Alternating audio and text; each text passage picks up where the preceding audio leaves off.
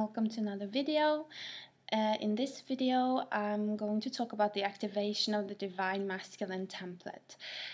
So first I want to mention, and I'm sure that all of you already know this, still just want to mention it, that this is information that I've channeled through that is relatable kind of to my life. So my perspective of the world, and it might not necessarily be relevant for you, but maybe it can help you. It can help you approach reality from a different perspective. So I believe that we are all kind of key holders to like the one truth.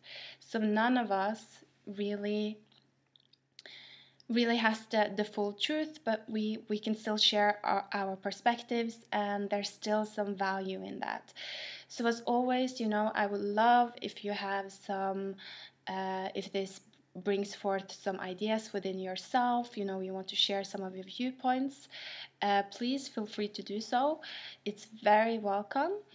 And yeah, let me get into this video. So, like I said, it's about the Divine Masculine activation. So I think that many of us have been feeling this over the past few months, really. It takes some time maybe before we really start becoming conscious of what is happening. And for many of us, the Divine Masculine templates start to activate in conjunction with the higher self. So the way that I've been shown is that when we fully integrate the higher self, it will be placed on top of the throat chakra. So it's like we will have many layers of bodies on top of each other. Of course, this is speaking from an energetic point of view, not a materialistic one. And so I think many have been feeling issues with their throats, a lot of inflammation in their throats, pain in their throats. And this is part of the activation of the higher self, and also in this case, the Divine Masculine templates. And I think for us to really understand why it happens in this way, we need to look into the characteristics of the Divine Masculine archetype. So, what is it all about? First of all, when we're talking about the Divine Masculine energy, we talk about the evolution of masculinity. So these templates that we gain access to through this activation is in a way what can function as guidelines as we as a society go through changes related to masculinity. And personally, I currently see that the lower masculine energy, and by lower, I simply mean, in a way closer to earth, so already embodied within us.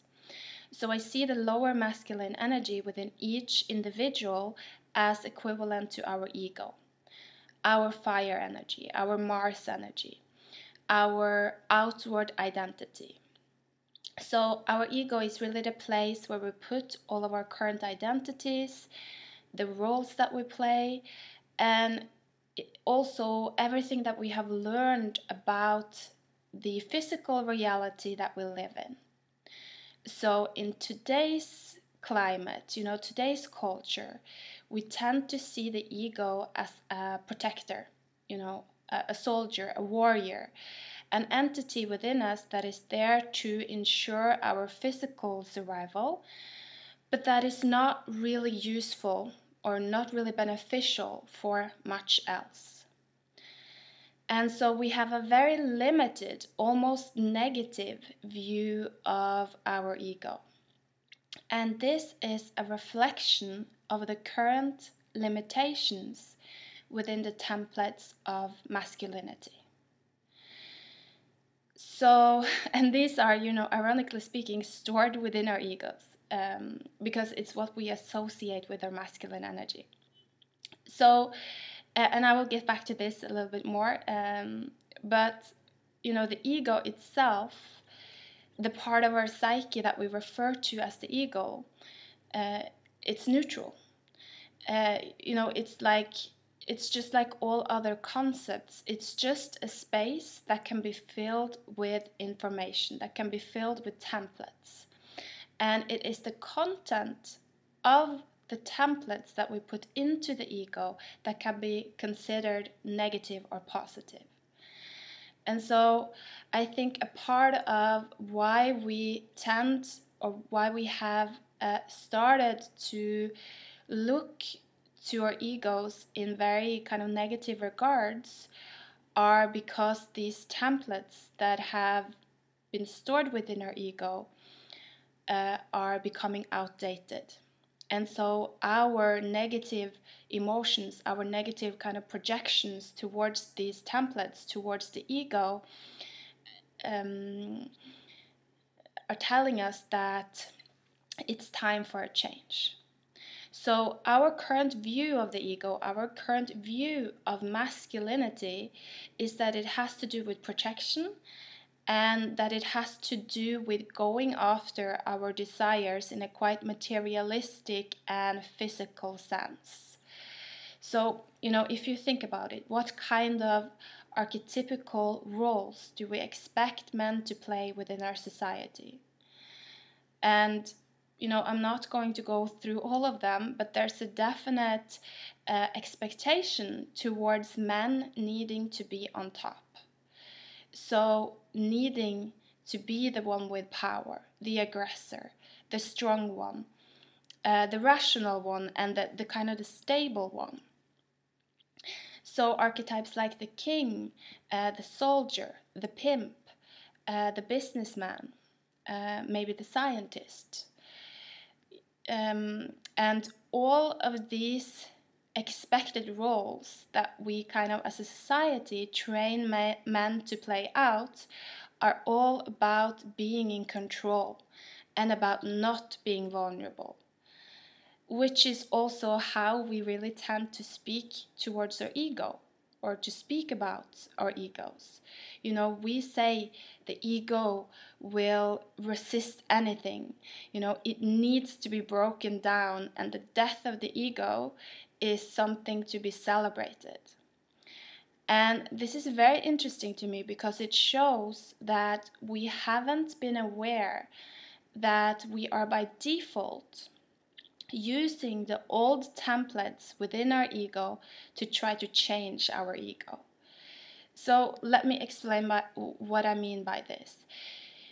The way we have structured society and also our psyches is that we have learned that it is the masculine energy that is associated with action taking.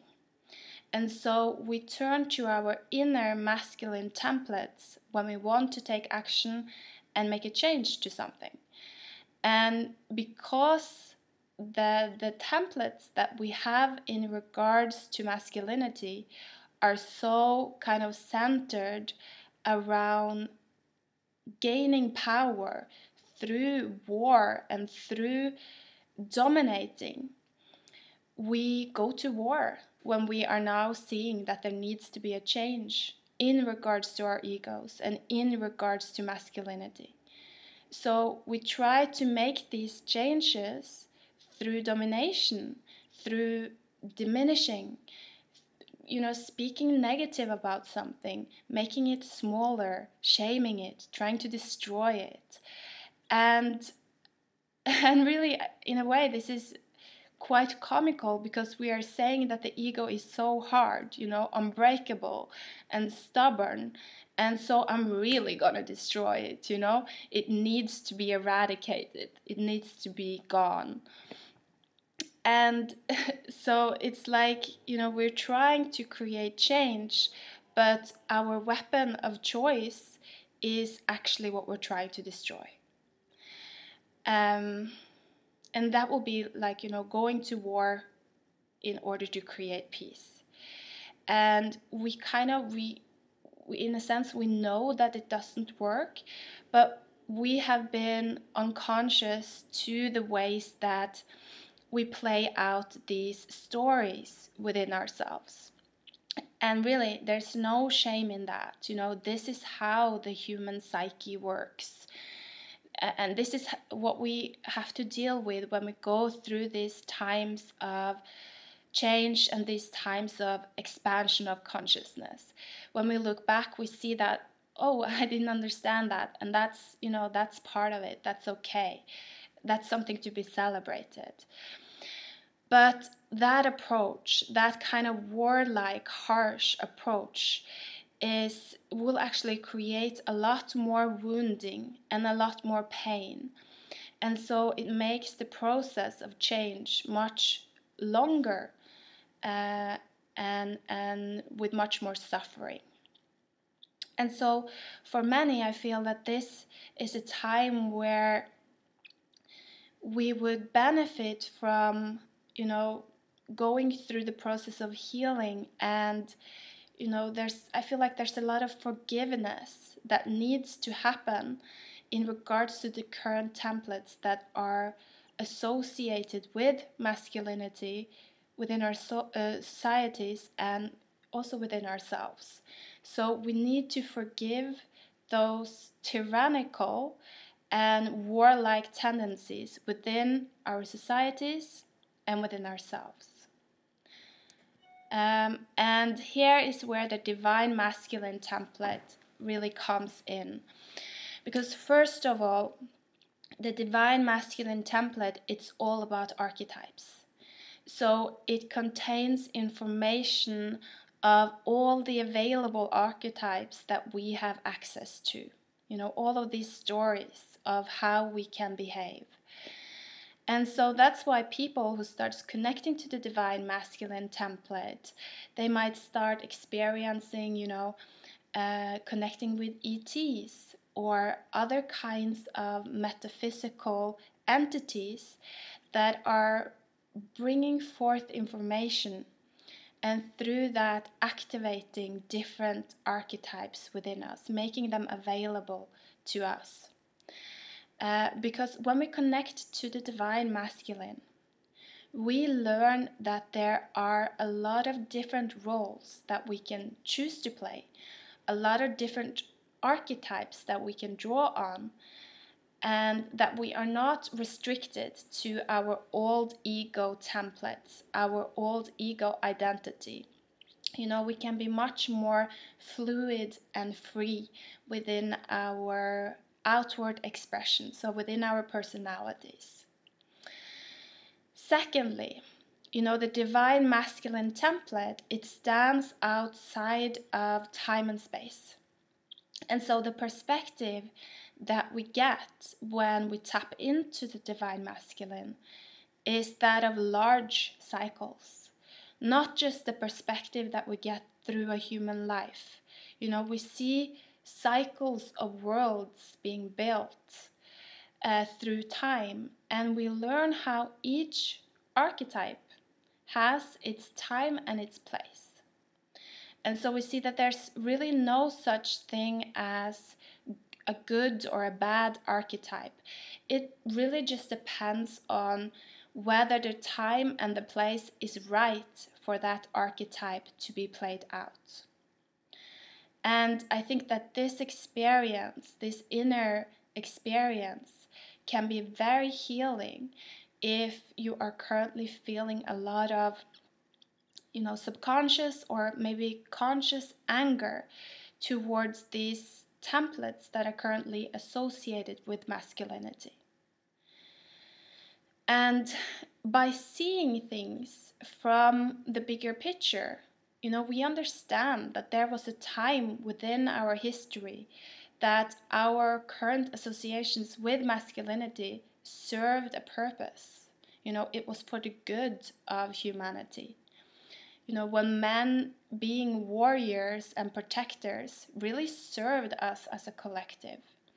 And so instead of seeing that archetype as something purely negative, we can start to appreciate it for what it is and what it has taught us.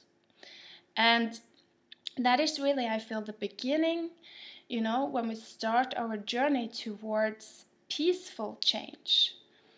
We can allow, you know, the old masculine to peacefully die.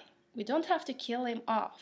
You know, we can allow him to peacefully die, to kind of hold his hand and appreciate the lessons that he gave us, even though he was a tyrant, you know, and the lessons that he gave us were harsh and violent. And this is also, you know, I feel such an important part of showing appreciation for our ancestors and the suffering that they have gone through playing out these archetypes, because it so that because them doing that is really what has put down the foundation for our ability now to move beyond that, to move into something more peaceful and more loving. So, you know, the negative emotions that we might feel around these archetypes are, you know, simply supposed to tell us that it's time for a change. You know, we all know that now. We can all feel that. I think every single one of us feels that it's time for a change. But by welcoming in the new masculine, we are learning that this change can be peaceful. And, you know, it might have been true that the ego has been very resistant towards change, but that will only continue to be true if we keep thinking that vulnerability is a negative and it's something to be avoided. So, really, you know, start noticing the examples of vulnerability within masculinity. Encourage men in your life to be vulnerable with you, and also work with yourself in finding that, you know, security within that state of vulnerability. So vulnerability doesn't need actually that we have to go into the vibration of fear. That is that old domination, power, war programming speaking. Because vulnerability is really beautiful. It's openness and connectedness, and it's a sign of abundance. If you really feel into it, you understand that it's a sign of abundance, and it's a sign that it's a way that you tell the universe that you realize that you are abundant and that you're ready to share that with the world. And so when we start to come into this state of being, we become more and more ready to move forward with our kind of big scale mission work, where we will be creating change while still holding the vibration of peace and love. So practice, you know, with yourself first. Allow yourself to go through the changes that are coming in for us now without needing to activate those outdated masculine templates, you know, of diminishing, talking negative, judging, things like that. You know, it's possible to welcome in the new, welcome in the new divine ego, where we are kind of able not to judge. So neither ourselves nor other people. And yes, for sure. I mean, it does take practice. It does take practice. And I guess that's how it is to be a human being. We need to practice these things. Change doesn't happen in an instant. There's always this kind of integration process or integration period when we go back and forth between the new and then back to the old. And I think that we're learning that this process of change, it can happen with love. It can happen peacefully. We don't have to make it so violent and so aggressive and so fearful. And so this is what I wanted to share with you today. I hope you're all having a beautiful day, and take care.